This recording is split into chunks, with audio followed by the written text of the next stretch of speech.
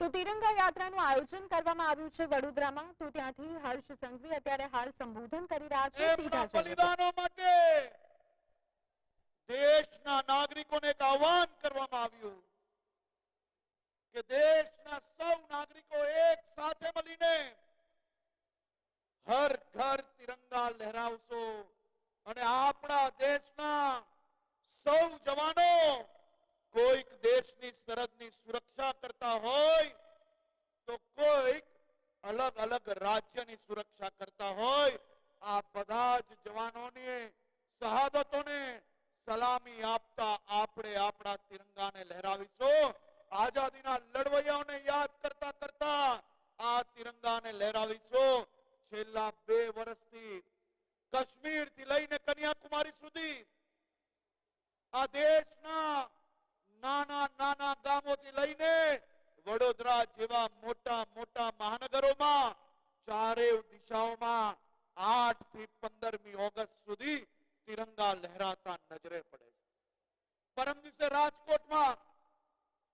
રાજકોટના નગરજનો વહેલી સવારે જાગીને હજારોની સંખ્યામાં તિરંગા જોડે તિરંગા યાત્રામાં જોડાયા અને લાખોની સંખ્યામાં લોકો આ તિરંગા યાત્રાને નિહાળવા માટે રાજકોટ નગરમાં ભેગા થયા। આજે હજારોની સંખ્યામાં વડોદરા નગરના નગરજનો આ તિરંગા યાત્રામાં જ્યારે નીકળવાના છે, હું જે રસ્તા પરથી આવતો હતો મેં જોયું શહેરીજનો તમને આવકારવા માટે, આ તિરંગા યાત્રા નિહાળવા માટે વડીલોથી લઈને બાળકો સુધી રસ્તા ઉપર છે। તમને સૌને અભિવાદન કરવા માટે આ વડોદરા નગર આજે તૈયાર છે। વડોદરા નગરના દ્રશ્ય દેશના ખૂણે ખૂણે અલગ અલગ મહાનગરોમાં ગામોમાં દેશભક્તિની પ્રેરણા પૂરી પાડી શકે તેવા દ્રશ્યો આજે વડોદરા મહાનગરમાં છે। કાલે અમદાવાદ નગરમાં લાખોની જનસંખ્યામાં આપણા દેશના લોકપ્રિય ગૃહમંત્રી આદરણીય શ્રી અમિતભાઈ શાહજી અને ગુજરાતના મુખ્યમંત્રી શ્રી ભૂપેન્દ્રભાઈ પટેલના આગેવાનીમાં આખા દેશનો રેકોર્ડ તોડવા વાળી યાત્રા કાલે અમદાવાદમાં નીકળવાની છે। ગુજરાતના ખૂણે ખૂણે તિરંગા યાત્રામાં હર ઘર તિરંગાના અભિયાનમાં લોકો જોડાયા છે। મારી આપ સૌને વિનંતી છે કે ભલે તમે સરહદ પર જઈને લડી ના શકો, ઘરે તમે દરેક લોકો પોલીસની અંદર ફરજ ના બજાવી શકો, પરંતુ આ રાજ્યના નાગરિક તરીકે, આ દેશના જવાબદાર નાગરિક તરીકે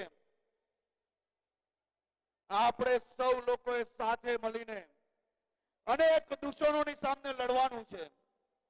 તમે સૌ લોકો દૂષણની સામે લડવા માટે તૈયાર છો? આ દૂષણથી મારા ને તમારા સૌ યુવાન મિત્રોને બચાવવા માટે તમે સૌ સહયોગ કરવા માટે તૈયાર છો? આપણે આ દેશના આઝાદીના લડવૈયાઓએ દેશ માટે જે સપનું જોયું હતું એ સપનું જ્યારે સાકાર થઈ રહ્યું છે, ત્યારે આ દેશમાં દુનિયાભરની અંદર જ્યારે ડ્રગ્સ એક ફેશન સ્ટેટમેન્ટ બની ગયું, ત્યારે ગુજરાત ડ્રગ્સની સામે મજબૂતાઈથી લડાઈ લડી રહી છે। છેલ્લા 10 દિવસમાં ગુજરાત પોલીસને 850 કરોડથી વધારેનું ડ્રગ્સ પકડવામાં સફળતા મળી છે। ત્યારે મારી સૌ વડોદરા નગરજનોને વિનંતી છે, સૌ લોકો સાથે મળીને આ લડાઈ જ્યારે લડી રહ્યા ત્યારે વડોદરાના ખૂણે ખૂણેથી આપણે ડ્રગ્સને સાફ કરવાનું છે। આપણે સૌએ સંકલ્પ લેવાનો છે, કોઈ બી યુવાન મિત્ર કોઈ બી પ્રકારના દૂષણમાં ફસાયું હોય તો એને છુપાવવાની બદલે પોલીસ સુધી માહિતી આપવાની છે। પોલીસ સુધી માહિતી આપીને આપણે આપણા મિત્રોને સુરક્ષિત કરવાના છે। મારી આપ સૌને વિનંતી છે કે આ 15મી ઓગસ્ટ નિમિત્તે, આ સ્વતંત્ર દિવસની ઉજવણી નિમિત્તે આપણે સૌ લોકો જ્યાં બી તિરંગો લહેરાવતા હો ત્યાં સૌ લોકો આ દેશને વધુ સુરક્ષિત બનાવવા માટેનો સંકલ્પ લે। આપણે સૌ લોકો સાથે મળીને ના કોઈ જાત ના કોઈ વર્ગ, બધા જ લોકો સાથે મળીને રાજ્યના વિકાસને આગળ વધારવા માટે મક્કમતાથી સાથે મળીને આગળ વધવાનું છે। મને વિશ્વાસ છે વડોદરાના સૌ નગરજનો સાથે મળીને વડોદરાના વિકાસમાં અને ગુજરાતના વિકાસમાં સહભાગી બનીને સૌ લોકો એકજૂટ થઈને ટીમ ગુજરાત ટીમ ઇન્ડિયા તરીકે આપણે સૌ લોકો આગળ વધીશું એવી આપ સૌ લોકોને ખૂબ ખૂબ શુભકામનાઓ. હું ટીમ વડોદરાને ફરી એકવાર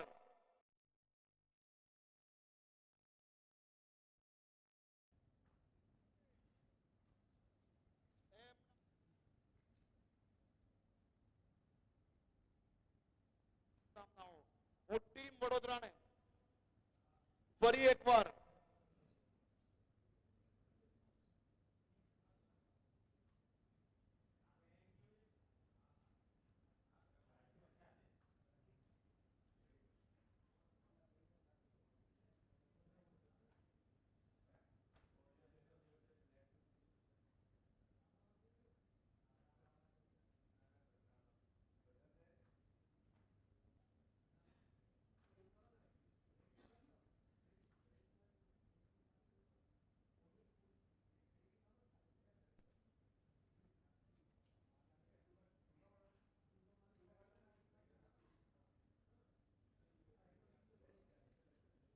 ઊંચો રાખજો. આપણો તો વડોદરામાં તિરંગા યાત્રાનું આયોજન કરવામાં આવ્યું છે ત્યારે ગૃહ રાજ્યમંત્રી હર્ષ સંઘવી ત્યાં પહોંચ્યા હતા અને સાથે જ જે રીતે કહી શકાય કે તિરંગા યાત્રા જ્યારે કાઢવામાં આવે છે ત્યારે દેશને લઈ અને તેઓએ વાત કરી હતી તો સાથે જ યુવાધનને ડ્રગથી બચવું જોઈએ તે વાતનો ઉલ્લેખ પણ હર્ષ સંઘવીએ તેમની વાતમાં કર્યો હતો. તો અલગ અલગ શહેરમાંથી તિરંગા યાત્રા નીકાળવામાં આવી રહી છે. ગઈકાલના દ્રશ્યો આપણે જોયા હતા. સુરતમાંથી તિરંગા યાત્રા નીકાળવામાં આવી હતી. કેન્દ્રીય મંત્રી સી.આર. પાટીલ ઉપસ્થિત રહ્યા હતા. તો સાથે આજે વડોદરાના નવલખી મેદાનમાં તિરંગા યાત્રાનું આયોજન કરવામાં આવ્યું છે. તિરંગા યાત્રામાં વિવિધ સામાજિક સંગઠનોની હાજરી પણ જોવા મળી રહી છે. જ્યાં જુઓ ત્યાં તિરંગો જ તિરંગો લહેરાઈ રહ્યો હોવાની વાત પણ હર્ષ સંઘવીએ કરી છે. વડોદરાના નવલખી મેદાનમાં તિરંગા યાત્રાનું આયોજન ત્યારે હર્ષ સંઘવી દ્વારા તિરંગા યાત્રાને પ્રસ્થાન કરાવવામાં આવ્યું હતું. તિરંગા યાત્રામાં વિવિધ સામાજિક સંગઠનોની હાજરી પણ જોવા મળી રહી છે.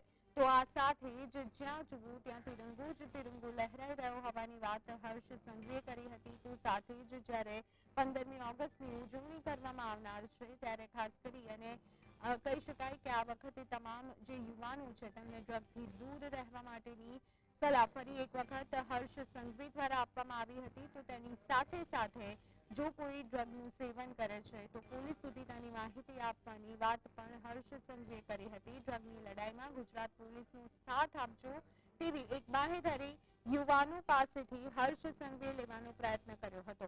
ઉલ્લેખનીય છે કે હવે 15મી ઓગસ્ટને ગણતરીના દિવસો બાકી રહી ગયા છે. સ્વાતંત્ર્ય દિનની ઉજવણી ખૂબ જ ધૂમધામથી દેશમાં કરવામાં આવે છે ત્યારે ખાસ કરી અને જે રીતે દિલ્હીમાં પરેડ થતી હોય છે માત્ર દિલ્હી પૂરતું ન રહે અને અલગ અલગ જગ્યાએ ગુજરાતમાં પણ તિરંગા યાત્રાનું આયોજન હર્ષ સંઘવી દ્વારા કરવામાં આવ્યું છે. ત્યારે સુરતમાં અને ત્યારબાદ વડોદરા અને આવનારા દિવસોમાં અમદાવાદમાં પણ તિરંગા યાત્રાનું આયોજન કરવામાં આવશે.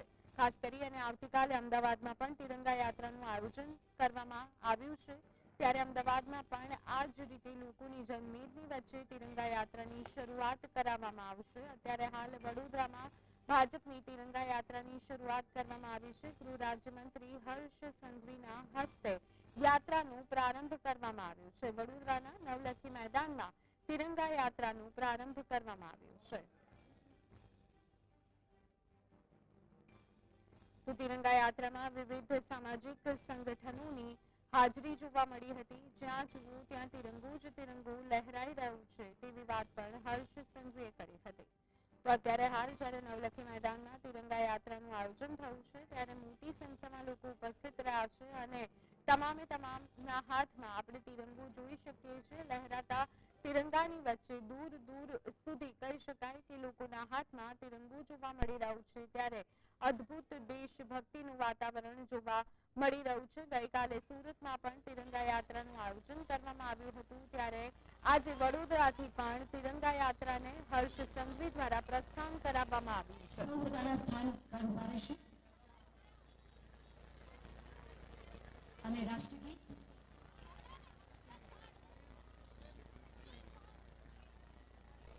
સૌ પોતાના સ્થાન પર ઉભા રહેશે અને રાષ્ટ્રગીત